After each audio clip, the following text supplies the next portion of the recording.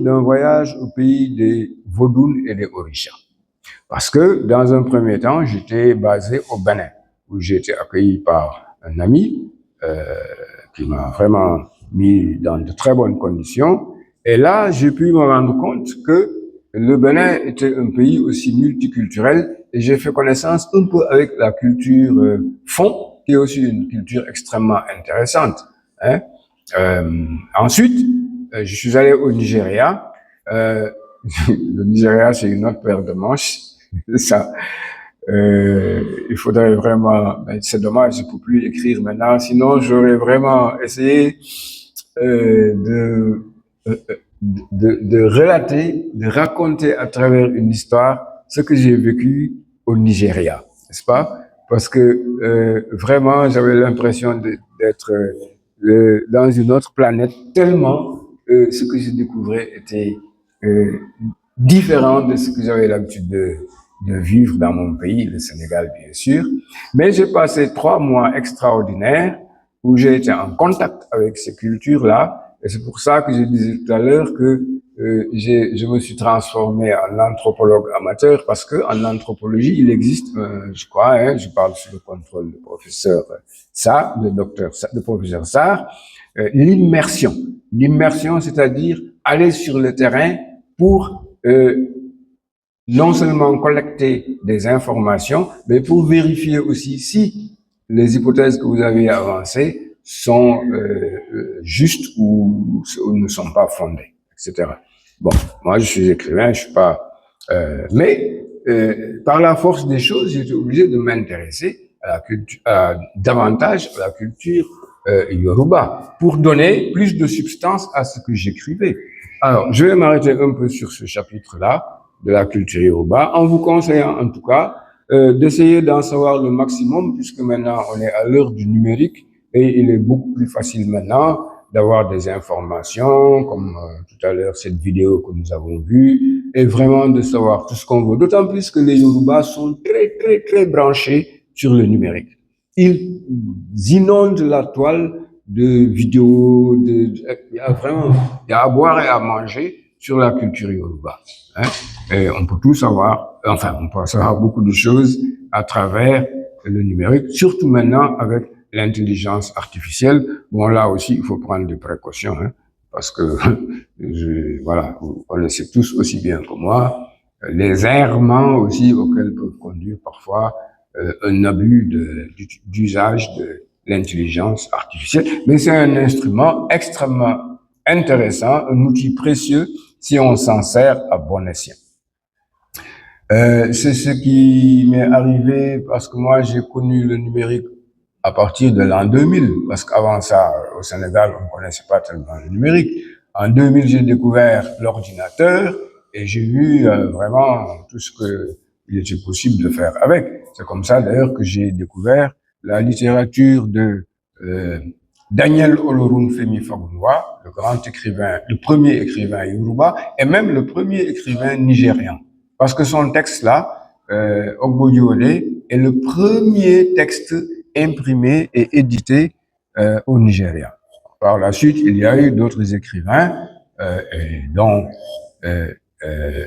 d'origine aussi Yoruba, mais d'autres ethnies, de Hausa, des Igbo, des Igala, etc. Le Nigeria est extrêmement riche, hein, et tout le monde s'est mis à écrire. Et avec l'anglais aussi, il y a eu l'émergence d'une nouvelle littérature, hein, une littérature plus métissée, puisque les nouveaux à partir des années 50, les écrivains nigérians ont commencé à écrire en anglais. Mais avant ça, il y a eu beaucoup d'écrivains qui écrivaient dans les langues locales, parce que la colonisation anglaise encourageait l'usage des langues locales et qui étaient enseignées à l'école. Alors, ce que j'ai découvert au Nigeria, très intéressant aussi, lors de mon voyage à l'université d'Ile-Ife, où j'ai séjourné 1 mois, c'est que les langues africaines, il y a un département de langue africaine, un peu comme LCA, où on enseigne les langues du Nigeria. Et en première année, vous pouvez faire option Yoruba ou Hausa ou ce que vous voulez.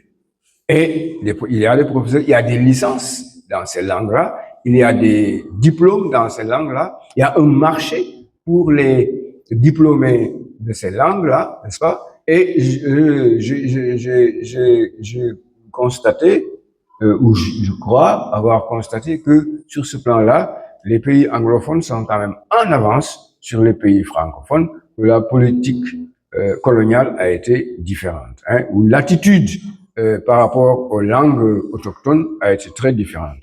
Au Sénégal, le français, c'était la seule langue admise à l'école. Il fut même un temps où on interdisait aux enfants de parler leur langue au sein des établissements. Vous n'avez pas connu ça, mais moi qui suis des années d'avant l'indépendance du Sénégal, j'ai vécu à l'école primaire une période pendant laquelle on ne parlait pas les langues sénégalaises au sein de l'école primaire. Il fallait que le français, c'était une obligation. Donc, oui, alors que dans les pays anglophones, on laissait la population autochtone parler sa langue. Hein? Et c'était valable pour tous. Et il y a eu des sociétés de culture qui ont lancé par exemple la CMS, la Church Missionary Society, CMS, un grand concours littéraire en langue autochtone. Il y en avait dans la région nord, il y en avait en Igbo, il y en avait en Hausa, il y en avait en Yoruba, et c'est ainsi que toutes ces langues-là ont eu leurs petits chefs-d'œuvre littéraires qui sont encore lus aujourd'hui et ont permis le développement d'une littérature écrite dans ces langues. En ce qui concerne le Yoruba, qui m'intéresse en particulier, on a assisté à une évolution de de la littérature orale progressivement vers la littérature écrite. Et c'est cela qui a été, si vous voulez, ma chance en tant qu'écrivain. Comment ça? Parce que je suis dans les ouvrages que je vous citais tout à l'heure, que j'achetais à la librairie Sankoré, au moment où j'étais dans la passion de l'étude de la culture yoruba, n'est-ce pas? J'ai acquis un livre. Ça, c'est vraiment mon livre je dirais, c'est presque ma Bible. Hein. J'ai acheté un livre qui s'intitulait 16 Great Poems of Ifa. Et dans ce livre-là, c'est une compilation de poèmes sacrés, de poèmes divinatoires, qui sont utilisés lors du processus de divination. Parce que la divination, le guisalin, comme on dit, c'est une pratique qui est très courante chez les Yoruba. Les Yoruba traditionnels et même modernes, ils ne font jamais rien sans consulter d'abord Ifa. Ifa, c'est le dieu de la divination. C'est lui qui connaît le destin de l'être humain. Et donc, pour savoir ce que vous réserve le destin, vous allez consulter Ifa. Mais c'est pas vous-même qui allez le consulter. Vous allez faire appel à un spécialiste. Justement, ce spécialiste, ce sont les Babalaos. Les Babalaos forment une sorte de confrérie au Nigeria et au Bénin aussi. On les reconnaît parce qu'ils sont le plus souvent habillés de blanc, avec des colliers autour du cou, etc. Et ils ont un attirail avec lequel ils pratiquent la divination. Et quand quelqu'un vient les voir, un client, on l'appellera, pour savoir ce que lui réserve le futur, par exemple, je ne sais pas comment va se terminer. Peut-être qu'il faudrait demander au Babalao comment ça va se terminer, là, la guerre entre. Bon, je fais de la mauvaise plaisanterie, là, parce que c'est trop sérieux, ça.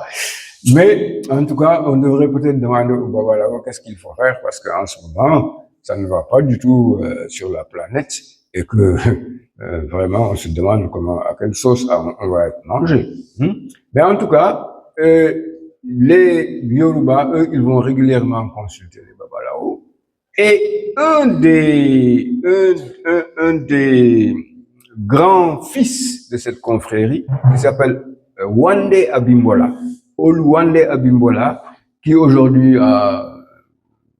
qui est un homme âgé maintenant, il a plus de 90 ans, mais il est professeur d'anthropologie à l'université de Boston, parce qu'il a fait des études. Mais il est issu d'une famille de Babalao.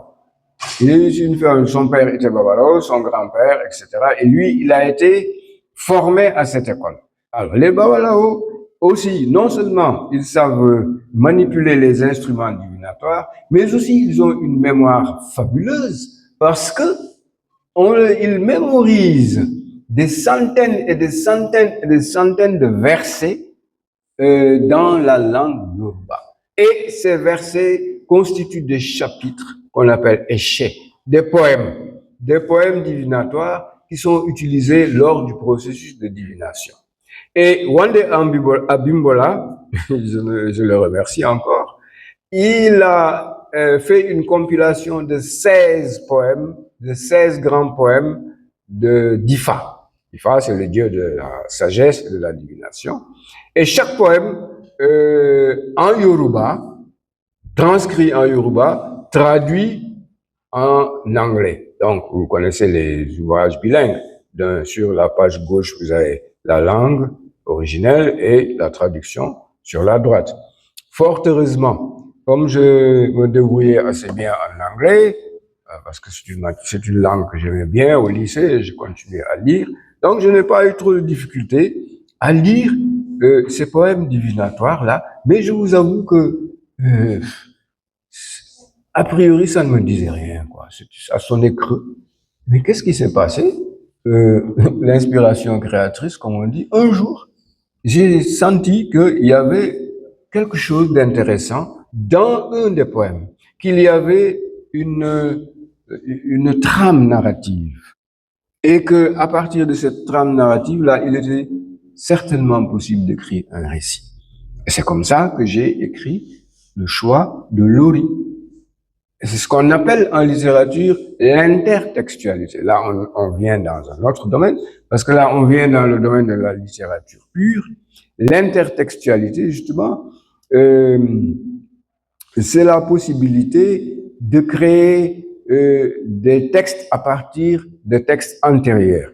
D'ailleurs, je ne sais plus qui disait que la littérature, c'est un grand texte composé d'une multitude de textes de tous les horizons, n'est-ce pas? Et donc, à partir d'un texte à l'origine transcrit en Yoruba et traduit en anglais, je m'en suis emparé pour faire une histoire, un conte qui m'a porté bonheur, puisque l'année même où je l'ai écrit et publié, eh bien, cette année même-là, je l'ai présenté au concours du président de la République pour les lettres et il a remporté en 1996 le grand prix du président de la République pour les lettres. C'était du temps de Abdou Diouf.